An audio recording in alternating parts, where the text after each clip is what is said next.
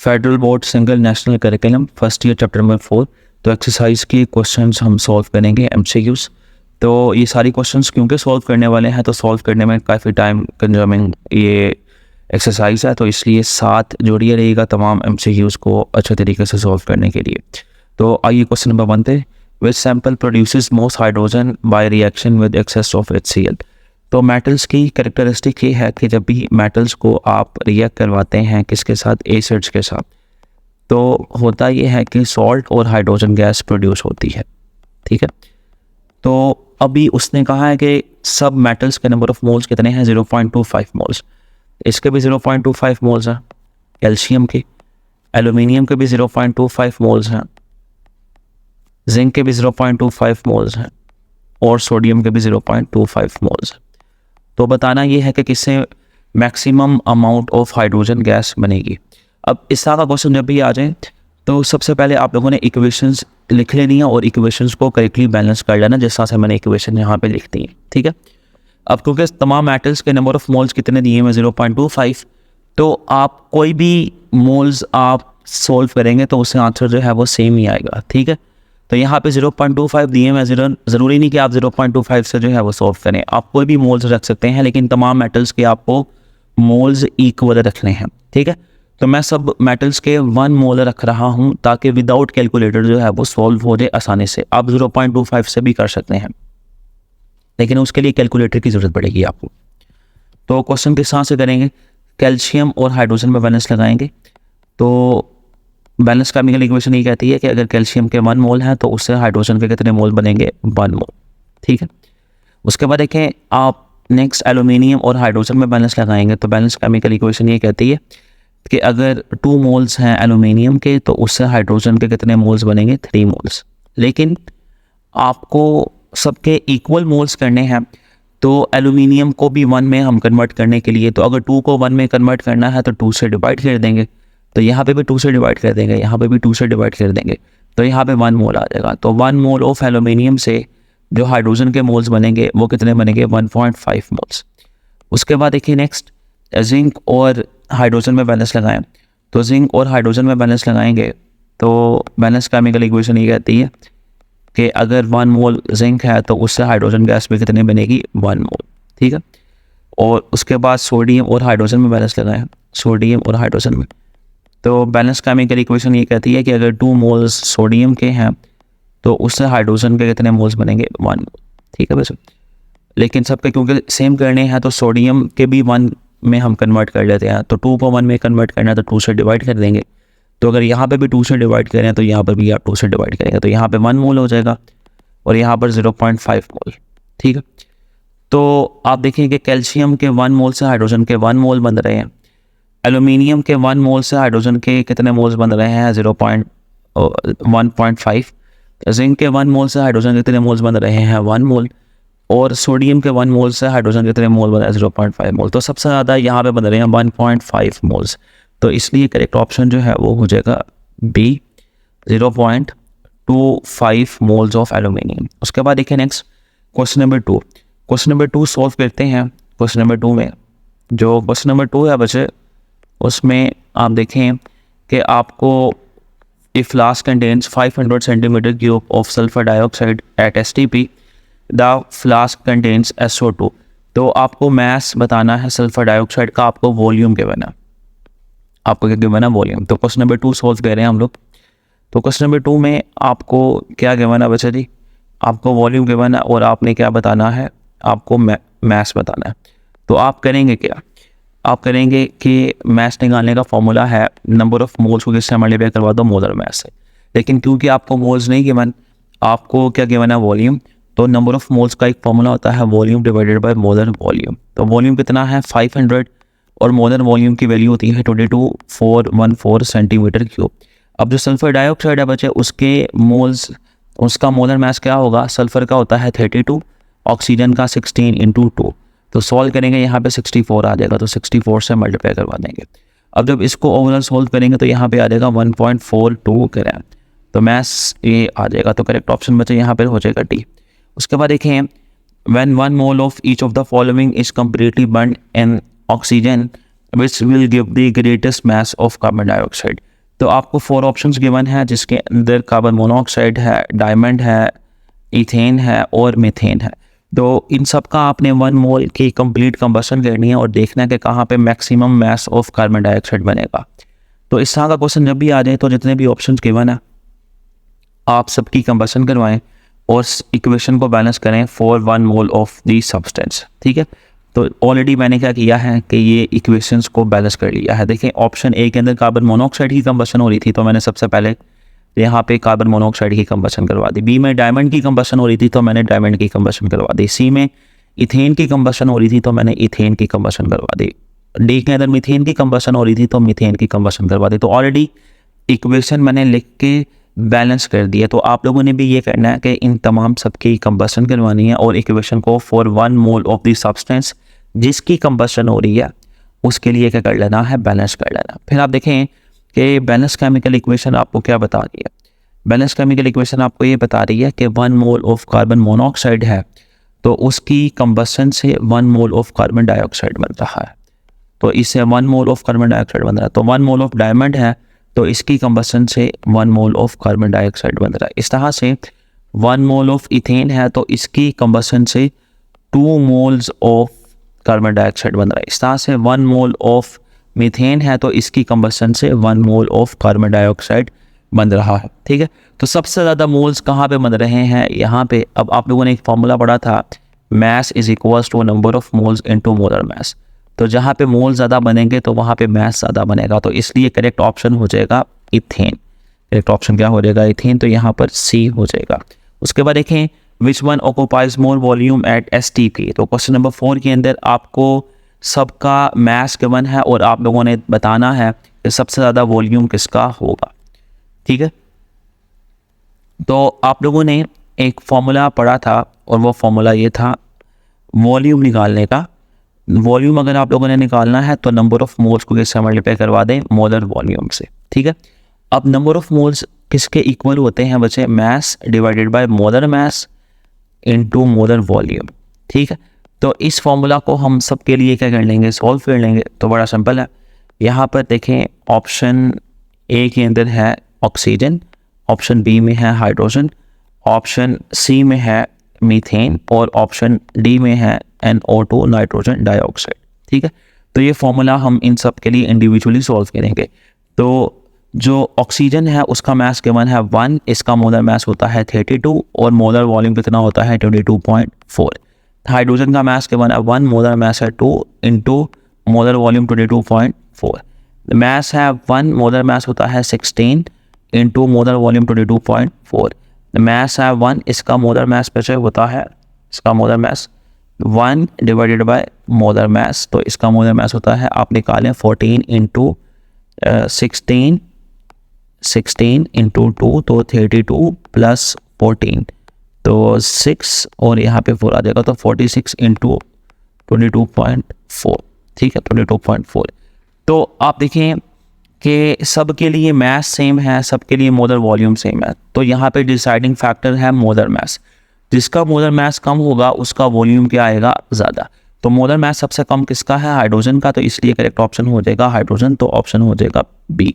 उसके बाद देखें 0.25 moles of sodium sulphate when completely ionize produces how many sodium ions. तो ये आपने बताना है। तो नेक्स्ट देखिए बच्चे, क्वेश्चन नंबर 5 में मोल्स गिवन है सोडियम सल्फेट के और आपको क्या बताना है, नंबर ऑफ सोडियम आयंस। ठीक है, तो जब भी आयंस का क्वेश्चन आ जाए तो आपके पास जो भी सब्सटेंस है उसको करेक्टली डिसोसिएट करना आना चाहिए आपको। तो सोडियम सल्फेट एक सॉल्ट है, इसको जैसे ही वाटर में हम ऐड करते हैं तो ये डिसोसिएट हो जाता है अपने आयंस में। तो सोडियम आयन बन जाएंगे बच्चे और क्या बन जाएंगे, सल्फेट आयंस। ठीक है बच्चे, उसके बाद देखिए जो यहाँ पे आपको ऑलरेडी उसने क्या बता दिया है, मोल्स। तो इसके मोल्स हैं 0.2 मोल्स। ठीक है बच्चे, और सोडियम के आपने बताना है number of ions, number of ions sodium के बताने हैं। ठीक है, तो बैलेंस केमिकल इक्वेशन ये कहती है कि जितने मोल्स होंगे उससे डबल मोल्स बनेंगे किसके, सोडियम के। तो अगर इसके 0.2 मोल्स हैं तो इससे डबल मोल्स प्रोड्यूस होंगे किसके, सोडियम के। तो डबल मोल्स कितने आएंगे, 0.4 मोल्स। ठीक है बच्चे, तो जिस चीज़ के मोल्स गिवन हो उसके पार्टिकल्स निकालने हो तो फॉर्मूला है कि जिसके पार्टिकल्स निकालने हैं उसके मोल्स को मल्टीप्लाई करवा देंगे एवोगैड्रोस नंबर से। तो नंबर ऑफ मोल्स कितने हैं, 0.4, और एवोगैड्रोस नंबर की वैल्यू 6.02 इंटू 10⁻23। अब आप देखें इसको आप कैसे सोल्व करेंगे।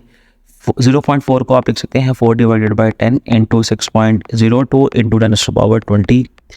ठीक है बच्चे, अब यहाँ पर करेक्ट ऑप्शन जो है इसको कैसे जो है वो हम सॉल्व करेंगे। 10 इसके साथ कैंसल आउट हो जाएगा, यहाँ पर क्या आ जाएगा 22।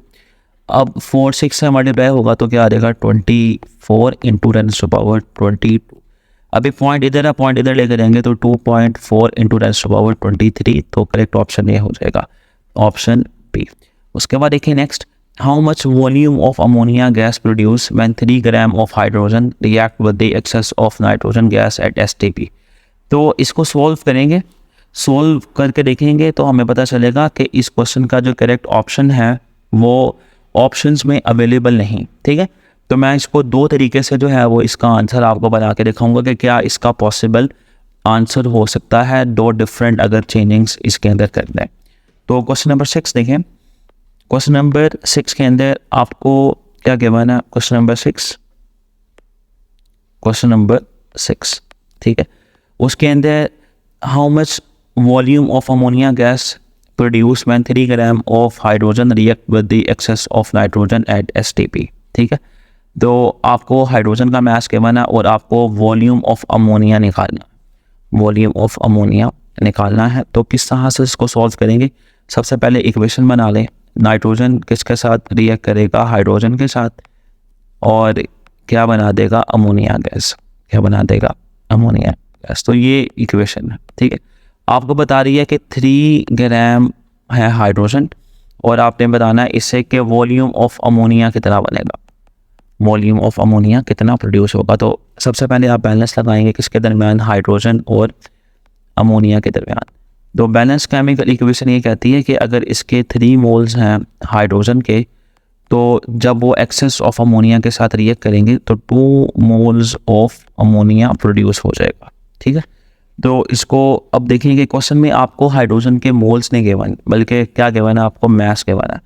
तो इन मोल्स को आप किस में ले जाएंगे, मास में। वो कैसे, जब भी आपने मोल्स को किस में लेके जाना हो, मास में, इसमें लेके जाना हो मास में, तो मोल्स को मल्टीप्लाई करवा देते हैं मोलर मास से। ठीक है, तो मोल्स हैं 3 और मोलर मास हाइड्रोजन का कितना होता है 2, तो 3 इंटू 2 करेंगे तो ये आपके पास मोल से किस में चले जाएंगे, मास में।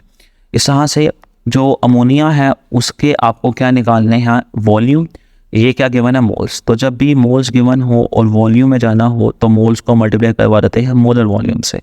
तो मोल्स 2 हैं और मोलर वॉल्यूम की वैल्यू होती है 22.4, तो 2 इंटू 22.4। ठीक है, फिर आप देखेंगे क्वेश्चन में आपको हाइड्रोजन का मास गिवन कितना है, तो आपको हाइड्रोजन का मास गिवन है 3 ग्राम, तो लेफ्ट साइड पे आपने 3 क्रिएट करना है। ठीक है, तो जो ऑलरेडी क्रिएटेड है जस्ट आप 2 यहाँ पे क्या हो रहा है, मल्टीप्लाई इक्वल के उस साइड पे जाके डिवाइड हो जाएगा, तो यहाँ पे 3 आ जाएगा, यहाँ पे 2 इंटू 22.4 डिवाइडेड बाई 2। अब 2 इसके साथ सिंप्लीफाई हो जाएगा, तो 3 ग्राम ऑफ हाइड्रोजन से 22.4 decimetre cube of ammonia produce होगी according to the balance chemical equation. तो यहाँ पर करेक्ट ऑप्शन 22.4 वाला नहीं है, तो करेक्ट ऑप्शन जो है वो 22.4। तो बी तब बनता है जब यहाँ पर क्या हो, कुछ कीज़ के अंदर आपको बी नज़र आएगा लेकिन बी में एक्चुअल में ये 22.4 डेसीमीटर क्यूब है। ठीक है, तो अगर बी में 2.2 की जगह 22.4 होता तो ये करेक्ट ऑप्शन होना था। ठीक है, एक और ऑप्शन जो है वो हो सकता है, और वो तब हो सकता है कि यहाँ STP की जगह क्या होता, RTP। अगर STP की जगह RTP होता तो करेक्ट फिर ऑप्शन बचे यहाँ पर A हो जाना था। तो RTP अगर कंडीशन गिवन होती तो 24 डेसीमीटर क्यूब करेक्ट ऑप्शन होना था। तो मैंने दोनों तरह से पॉसिबिलिटीज़ बता दी हैं। अभी जो क्वेश्चन की स्टेटमेंट है उसके मुताबिक करेक्ट ऑप्शन 22.4 डेसीमीटर क्यूब है। ठीक है, और अगर यहाँ पे STP की जगह RTP होता तो फिर करेक्ट ऑप्शन जो है वो A बनना था। तो ये 2 पॉसिबल इसके आंसर बन सकते हैं, तो करेक्ट ऑप्शन यहाँ पे नहीं गिवन। नेक्स्ट देखिए बच्चे, जो क्वेश्चन नंबर 7 है, क्वेश्चन नंबर 7 के अंदर वो बता रहा है कि when equal volumes of sulfur dioxide and oxygen taken from the formation of sulfur trioxide, which one will be the left unreacted। ठीक है, तो इन अदर वर्ड्स आपको इस रिएक्शन के अंदर बताना है कि कौन एक्सेस रिएक्टेंट है या कौन लिमिटिंग रिएक्टेंट है। तो उसने which one will be left unreacted, तो इसका मतलब ये है कि आपको एक्सेस रिएक्टेंट जो है वो बताना है। ठीक है, तो करेंगे किस तरीके से। तो सबसे पहले आप देखें कि जो सल्फर डाइऑक्साइड है वो ऑक्सीजन के साथ रिएक्ट करती है और क्या बना देती है, सल्फर ट्राइऑक्साइड। तो इक्वेशन को बैलेंस करने के लिए यहाँ पे भी 2 लगा देंगे और यहाँ पे भी 2 लगा देंगे, तो इक्वेशन क्या हो जाएगी, बैलेंस। ठीक है, तो क्वेश्चन में उसने आपको बता दिया कि दोनों के नंबर ऑफ दोनों का वॉल्यूम इक्वल है। दोनों का वॉल्यूम क्या है, इक्वल वॉल्यूम है सल्फर डाइऑक्साइड का और ऑक्सीजन का। ठीक है, तो एवोगाड्रोस लॉ यहाँ पे हम लगा लेंगे। एवोगाड्रोस लॉ ये कहता है बच्चे कि अगर गैसेस का वॉल्यूम इक्वल है तो उनके मोल्स भी क्या होंगे, इक्वल। उनके मोल्स भी क्या होंगे, इक्वल। अब उसने ऑलरेडी कह दिया कि दोनों का वॉल्यूम क्या है, इक्वल। अगर इनका वॉल्यूम इक्वल है तो इनके मोल्स क्या होंगे, इक्वल। तो मैं कोई भी इन दोनों गैसेस के लिए मोल्स एज्यूम कर रहा हूँ, आप कोई भी जो है वो एज्यूम कर सकते हैं। तो मैंने कहा लेट्स से मेरे पास सल्फर डाइऑक्साइड के और ऑक्सीजन के जो गिवन मोल्स हैं, गिवन मोल्स वो कितने हैं, 1 मोल। ज़रूरी नहीं कि आप 1 मोल कंसिडर करें, आप कोई भी कंसिडर कर सकते हैं। अब मैं मोल्स में ले गया, ठीक है, आप ज़रूरी नहीं कि मोल्स के मुताबिक करें। आप क्वेश्चन के अंदर जो स्टेटमेंट है कि क्वेश्चन में सल्फर डाइऑक्साइड और ऑक्सीजन दोनों का वॉल्यूम इक्वल है, उसके मुताबिक भी क्वेश्चन जो है वो कर सकते हैं। लेकिन मोल्स से ये क्वेश्चन और आसान हो जाएगा। ठीक है, तो अगर गैसेस का वॉल्यूम इक्वल है तो अकॉर्डिंग टू एवोगाड्रोस लॉ उनके मोल्स क्या होंगे, इक्वल होंगे। तो मैंने दोनों के इक्वल मोल एज्यूम कर लिए, लेट कर लिए कि वो क्या है, 1। तो सल्फर डाइऑक्साइड ये है और ऑक्सीजन ये है, तो इनके गिवन मोल्स हैं 1, गिवन मोल्स हैं 1 मोल। अब बैलेंस केमिकल इक्वेशन में इसके कितने मोल्स हैं, 2, और बैलेंस केमिकल इक्वेशन में इसके मोल्स कितने हैं, 1। ठीक है, तो यहाँ पर बच्चे रेशो आ जाएगी 1/2 और यहाँ पर आ जाएगी 1। अब इनमें से लेसर वैल्यू जो है वो ऑब्वियसली कौन सी है, 1/2, ये लेसर वैल्यू है। तो ये लेसर वैल्यू जिसके लिए भी होगी वो होगा लिमिटिंग रिएक्टेंट। वो क्या होगा, लिमिटिंग रिएक्टेंट। और दूसरा वाला जो रिएक्टेंट होगा वो क्या होगा, एक्सेस रिएक्टेंट होगा। तो एक्सेस रिएक्टेंट इन दोनों में से कौन होगा, ऑक्सीजन। और जो एक्सेस रिएक्टेंट होगा वो केमिकल रिएक्शन के अंदर अनरिएक्टेड रह जाएगा। तो करेक्ट ऑप्शन बचे क्या हो जाएगा, बी। उसके बाद देखें 0.1 moles of laughing gas consist of, तो आपने बताना है कि 0.1 mole of laughing gas consist of dash ABC। तो 1 by 1 हम ABC सब सॉल्व करेंगे और सॉल्व करने के बाद देखेंगे कि करेक्ट ऑप्शन जो है वो कौन सा होता है। ठीक है, तो इन सब ऑप्शंस को सॉल्व करते हैं। तो सबसे पहले हमने देखना है कि क्या 0.1 मोल्स ऑफ लाफिंग गैस में इतने नंबर ऑफ मॉलिक्यूल्स हैं या नहीं। तो नंबर ऑफ मॉलिक्यूल्स निकालने का फॉर्मूला है कि जिस के नंबर ऑफ मोल्स हैं उसको मल्टीप्लाई करवा दें एवोगाड्रोस नंबर से। तो नंबर ऑफ मोल्स कितने हैं, 0.1, और एवोगाड्रोस नंबर की वैल्यू 6.02 इंटू 10⁻23। तो सॉल्व करेंगे, यहाँ पे 6.02 इंटू 10⁻22 आ जाएगा। तो इतने मॉलिक्यूल्स हैं। तो इसका मतलब ये है कि ऑप्शन ए ठीक हो सकता है, लेकिन पहले आप बाकी ऑप्शन भी जो है वो देख लें। ऑप्शन बी में उसने टोटल नंबर ऑफ एटम्स के बारे में पूछा है कि क्या total number of atoms 1.806 into 10⁻23 हैं। तो हम निकाल के देख लेते हैं। तो उसके लिए क्या करेंगे, मोल्स को मल्टीप्लाई करवा देंगे एवोगाड्रोस नंबर से। तो इससे मॉलिक्यूल्स आ देंगे किसके, लाफिंग गैस के। अब लाफिंग गैस का जो एक मॉलिक्यूल है ना बच्चे, उसके अंदर टोटल एटम्स कितने हैं, 3, 2 नाइट्रोजन के और 1 ऑक्सीजन का। ठीक है, तो यहाँ पर 3 से मल्टीप्लाई करवा देंगे। अब इसको सॉल्व करेंगे तो यहाँ पे 1/10 इंटू 6.02 इंटू 10⁻23 इंटू 3। अब अच्छा ये 10 इसके साथ सिंप्लीफाई होगा, यहाँ पर पावर 22 हो जाएगी। अब 3 इसके साथ सॉल्व होगा तो यहाँ पे 18 आ जाएगा, पावर 22 है अभी पॉइंट इस यहाँ पर है, यहाँ पर लेके आएंगे पॉइंट, तो 1.8 इंटू 10⁻23 हो जाएगा। तो इसका मतलब ही है कि बी वाला ऑप्शन भी क्या है, ठीक है। हम सी वाला भी चेक कर सकते हैं।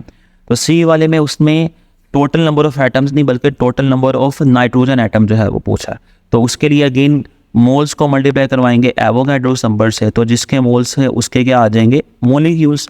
फिर आप देखो कि एक जो लाफिंग गैस है उसके एक मॉलिक्यूल में नाइट्रोजन के कितने एटम है, 2। तो किससे मल्टीप्लाई करवा देंगे, 2 से।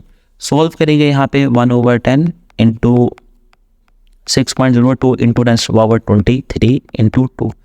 तो सॉल्व करेंगे यहाँ पर बचे क्या आ जाएगा 22। अब 2 6 से सॉल्व होगा तो 12 इंटू 10⁻22 पॉइंट इधर है, पॉइंट इधर लेके आएंगे तो 1.2 इंटू 10⁻23। ठीक है, तो नाइट्रोजन एटम भी इतने आ जाएंगे। तो करेक्ट ऑप्शन यहाँ पे हो जाएगा फिर ऑल ऑफ दीज। उसके बाद देखें जो क्वेश्चन नंबर 9 है, which pair contains equal quantities.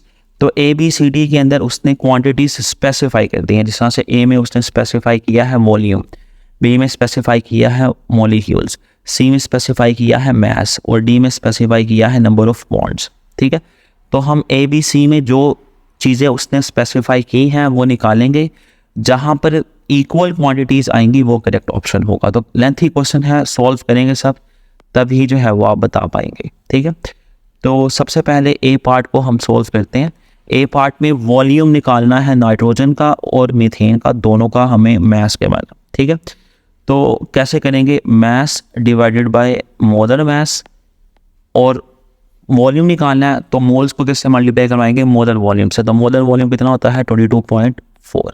तो ये नाइट्रोजन के लिए मैंने सॉल्व किया है। इस तरह से मीथेन के लिए अगर मैं सॉल्व करूँगा यही फॉर्मूला, तो mass divided by molar mass into molar volume होता है 22.4। तो सॉल्व करेंगे, यहाँ पे 1 आ जाएगा और यहाँ पे वॉल्यूम आ जाएगा 22.4 डेसीमीटर क्यूब, और यहाँ पे सॉल्व करेंगे यहाँ पे 2 आ जाएगा, सॉल्व करेंगे तो यहाँ पर क्या आ जाएगा 11.2 डेसीमीटर क्यूब। अब मुझे बताएं क्या ये दोनों वॉल्यूम इक्वल हैं, तो ये दोनों वॉल्यूम इक्वल नहीं है, तो इसलिए ऑप्शन ए नहीं हो सकता।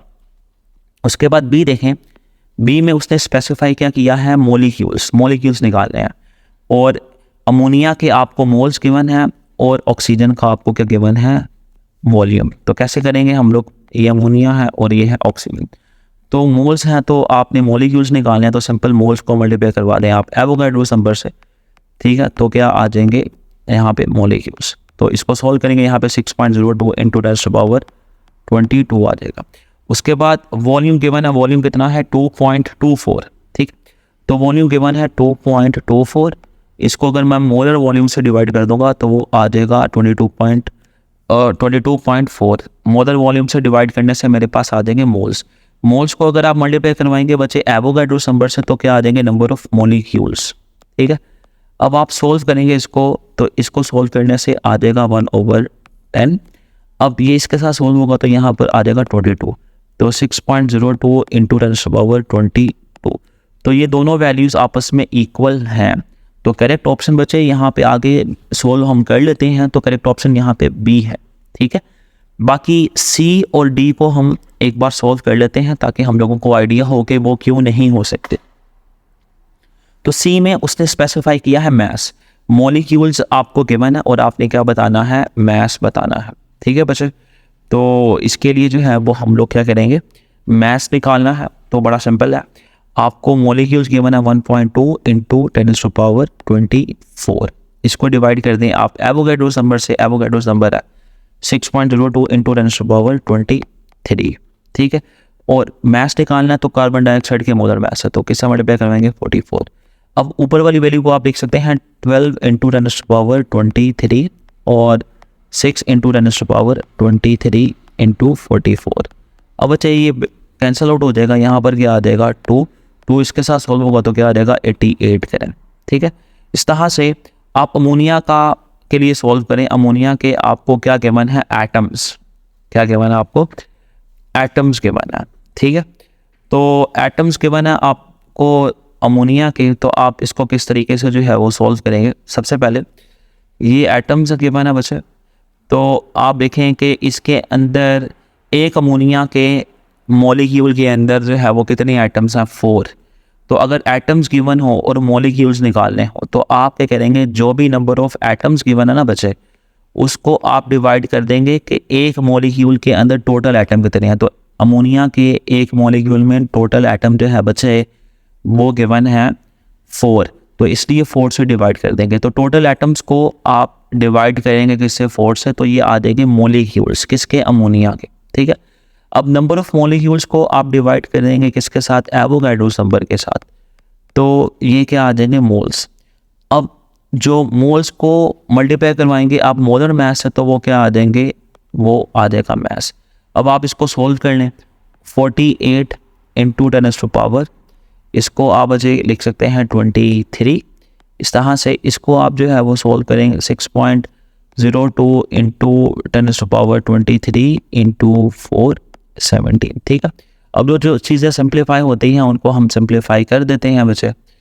तो देखें ये इसके साथ क्या हो गया है सिंप्लीफाई, अब 4 इसके साथ सिंप्लीफाई होगा तो 48, और यहाँ पर जो है बच्चे वो आ जाएगा 24 इंटू 17। ये इसके साथ सिंप्लीफाई होगा तो यहाँ पर बच्चे आ जाएगा 2, और ये इसके साथ सिंप्लीफाई होगा तो क्या आ जाएगा 34। ठीक है, तो क्या 88 और 34 ग्राम ये आपस में इक्वल हैं? तो ऐसा नहीं है, तो इसलिए ऑप्शन सी भी नहीं हो सकता। और डी के अंदर देखें बच्चे, डी में आपको number of bonds 56 gram of nitrogen में निकालने हैं और 2 मोल्स ऑफ मीथेन में निकालने हैं। तो क्या करेंगे, मैस को आप डिवाइड कर देंगे मोलर मैस से, तो ये आ जाएंगे मोल्स किसके, नाइट्रोजन के। इसको मल्टीप्लाई करवाएंगे एवोगाड्रोस नंबर से, तो क्या आ जाएंगे मॉलिक्यूल्स किसके, नाइट्रोजन के। अब एक मॉलिक्यूल नाइट्रोजन का, उसमें कितने बॉन्ड है 3, तो किससे मल्टीप्लाई करवा देंगे आप 3 से। इसको सोल्व करेंगे, यहाँ पे 2 आ जाएगा, यहाँ पर इसको सोल्व करेंगे तो यहाँ पे 6 आ जाएगा, तो 6 इंटू एवोगाड्रोस नंबर, ये नंबर ऑफ बॉन्ड्स आ जाएंगे किसके अंदर, नाइट्रोजन गैस में। इस तरह से मीथेन के लिए ये अगर आप सॉल्व करेंगे तो 2 इंटू Na ये आ जाएंगे नंबर ऑफ मॉलिक्यूल्स मीथेन के। अब मीथेन का एक मॉलिक्यूल है, उसमें कितने बॉन्ड्स हैं 4, तो इसलिए किससे मल्टीप्लाई करवा देंगे 4 से, तो यहाँ पे 8 Na आ जाएगा। तो ये दोनों वैल्यूज़ भी आपस में इक्वल नहीं है, तो करेक्ट ऑप्शन जो है बच्चे वो अगेन बी है। पहले ही बता दिया था, लेकिन सी और डी इसलिए मैंने सोल्व किए हैं ताकि एक तो आपको सोल्व करना आ जाए और दूसरा आपको ये कंफर्म हो जाए कि करेक्ट ऑप्शन बी ही है, सी और डी नहीं हो सकते जब आप लोगों ने अनइक्वल क्वांटिटीज़ देख लें। उसके बाद देखें last question, question number 10। Question number 10 में एक इक्वेशन गिवन है जिसके अंदर x और y आपस में रिएक्ट करके प्रोडक्ट बना रहे हैं z। ठीक है, अब इसके अंदर उसने बताया कि एक एक्सपेरिमेंट है, उस एक्सपेरिमेंट के अंदर उसने 12 मोल्स ऑफ y लिए, 12 मोल्स ऑफ y लिए, और उससे z के मोल्स कितने बन गए, 3 मोल्स। z के कितने मोल्स बन गए, 3 मोल्स बन गए। तो आपने बताना है परसेंटेज यील्ड क्या होगी। तो देखें इस क्वेश्चन के अंदर वो आपको बता रहा है कि उसने एक एक्सपेरिमेंट किया जिसके अंदर x और y 2 रिएक्टेंट थे, और उन्होंने रिएक्ट करके एक प्रोडक्ट क्या बना दिया, z। अब y कितना था 12 मोल्स, और उससे z के मोल्स कितने बने, 3 मोल्स। अब ये 3 मोल्स हैं, क्योंकि ये अमाउंट ऑफ प्रोडक्ट है, ये अमाउंट ऑफ प्रोडक्ट है, तो फिर ये क्या होगी, यील्ड। ये क्या होगी, यील्ड, जो कि 2 तरह की हो सकती थी, थ्योरेटिकल और एक्चुअल। तो बेसिकली जब भी क्वेश्चन के अंदर परसेंटेज यील्ड का क्वेश्चन आए तो मोस्ट ऑफ द केसेस में वो आपको बता रहा होता है कि उसने एक एक्सपेरिमेंट किया, उस एक्सपेरिमेंट में उसके पास रिएक्टेंट्स इतने थे, उस एक्सपेरिमेंट के रिजल्ट में उसको अमाउंट ऑफ प्रोडक्ट इतनी मिली। तो बेसिकली वो एक्सपेरिमेंटल यील्ड या एक्चुअल यील्ड आपको बता रहा होता है। तो बेसिकली ये जो 3 मोल्स हैं, ये एक्चुअल यील्ड या ये क्या है, ये एक्सपेरिमेंटल यील्ड है। ठीक है, आपने परसेंटेज यील्ड बतानी है। तो परसेंटेज यील्ड के लिए आप क्या करेंगे कि रिएक्ट बैलेंस केमिकल इक्वेशन से अमाउंट ऑफ प्रोडक्ट निकालेंगे। ठीक है, बैलेंस लगा के। तो आप बैलेंस लगाएंगे किसके दरमियान, y के दरमियान और z के दरमियान। आप देखेंगे कि बैलेंस केमिकल इक्वेशन के हिसाब से अगर y के 12 मोल्स हैं तो उससे z के कितने मोल्स बनने चाहिए। तो बैलेंस केमिकल इक्वेशन ये कहती है कि भाई अगर इसके 3 मोल्स हैं तो इसके कितने मोल्स बनने चाहिए, 1 मोल। ठीक है, लेकिन जब उसने एक्सपेरिमेंट किया तो उसने 12 मोल्स लिए थे y के, तो इसलिए हम बैलेंस केमिकल इक्वेशन से 12 मोल्स के लिए y के इक्वेशन क्या करेंगे, वो सॉल्व करेंगे। ठीक है, तो इसके 12 मोल्स हैं, मुझे बताएं 3 के साथ ऐसा क्या किया जाए कि ये 12 में कन्वर्ट हो जाए। तो ऑब्वियसली आप 3 को किससे मल्टीप्लाई करवा देंगे, 4 से। तो इस तरह से यहाँ पे भी आप किससे मल्टीप्लाई करवाएंगे, 4 से। तो यहाँ पे 12 आ जाएगा, यहाँ पे क्या आ जाएगा, 4। अब बैलेंस केमिकल इक्वेशन ये कहती है कि अगर 12 मोल्स हैं y के, तो बैलेंस केमिकल इक्वेशन के हिसाब से z के कितने मोल्स जो है वो बनने चाहिए, 4 मोल्स बैलेंस केमिकल। तो ये वो अमाउंट ऑफ प्रोडक्ट है जो कि बैलेंस केमिकल इक्वेशन से आ रही है। तो इसको आप क्या बोलोगे, थ्योरेटिकल यील्ड। इसको क्या बोलोगे, थ्योरेटिकल यील्ड। तो एक्चुअल यील्ड बचे क्या है, 3 मोल्स। थ्योरेटिकल यील्ड कितने हैं, 4 मोल्स इंटू 100। तो इसको सॉल्व करेंगे, 4 इसके साथ सिंप्लीफाई होगा तो बचे यहाँ पे 25 आ जाएगा। 25 इसके साथ सोल्व होगा तो 75% आ जाएगा, ठीक है। तो करेक्ट ऑप्शन हो जाएगा डी। तो होपफुली ये सारे क्वेश्चंस आपको जो है वो पसंद आए होंगे। तो मिलते हैं बच्चे नेक्स्ट वीडियो में इंशाल्लाह। अल्लाह हाफ़िज़।